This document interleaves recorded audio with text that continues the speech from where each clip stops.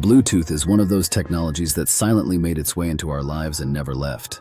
We use it to connect wireless headphones, pair phones with cars, sync smartwatches, or even find our lost keys using a tiny tracker. But few people ever stop to ask what actually happens when two devices suddenly understand each other, with no cables and no visible connection. Bluetooth was invented back in 1994 by the Swedish company Ericsson. It was originally designed to replace serial data cables, like those used between early mobile phones and headsets. The name Bluetooth is a nod to the 10th century Danish king Harald Bluetooth, who unified Denmark and Norway. Much like this protocol was intended to unify communication standards. From a physics perspective, Bluetooth operates using radio waves, just like Wi-Fi, radio broadcasts, or TV signals. Specifically, it uses the 2.4 GHz ISM band, which stands for Industrial, Scientific, and Medical.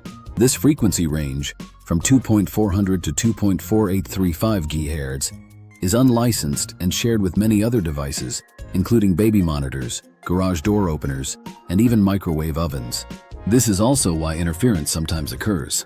To avoid such interference, Bluetooth uses a method called frequency hopping spread spectrum. In practice, this means that the device rapidly switches between available frequencies.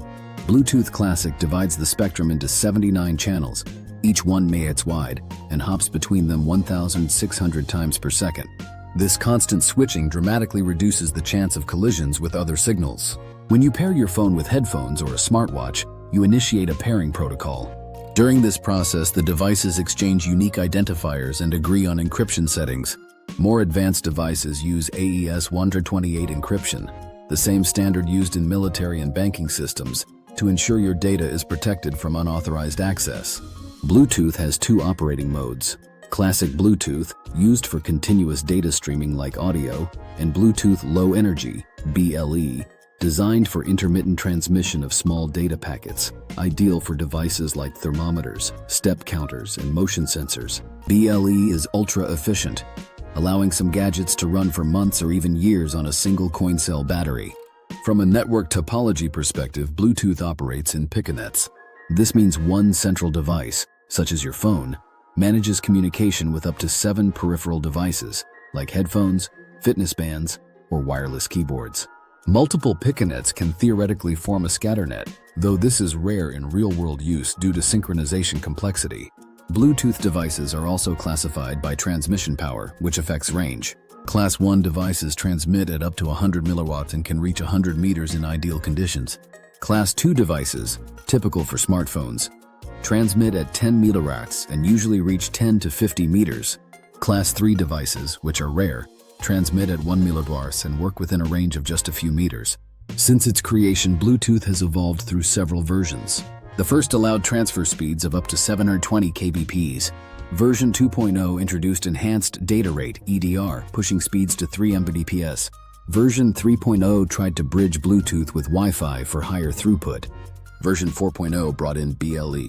Today, most devices support Bluetooth 5.0 or 5.2, which allow up to 2 Mbps transfer speeds and up to 200 meters of range in open space. One of the most exciting recent developments is Auracast, a broadcast audio feature introduced in Bluetooth 5.2.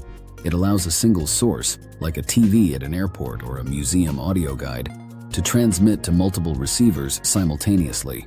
You simply tune in without pairing. This is perfect for public audio sharing, live translations, or shared experiences in stadiums or lecture halls. Of course, Bluetooth has limitations. The signal doesn't travel well through water, metal, or even human bodies. That's why audio may drop when your phone is in your back pocket and your earbuds are in your ears. To fix this, most earbuds use True Wireless Stereo, TWS, where one earbud is the primary receiver and the other syncs locally. Bluetooth is also increasingly used for indoor positioning. Using BLE beacons, a smartphone can estimate its location by measuring signal strength from nearby transmitters.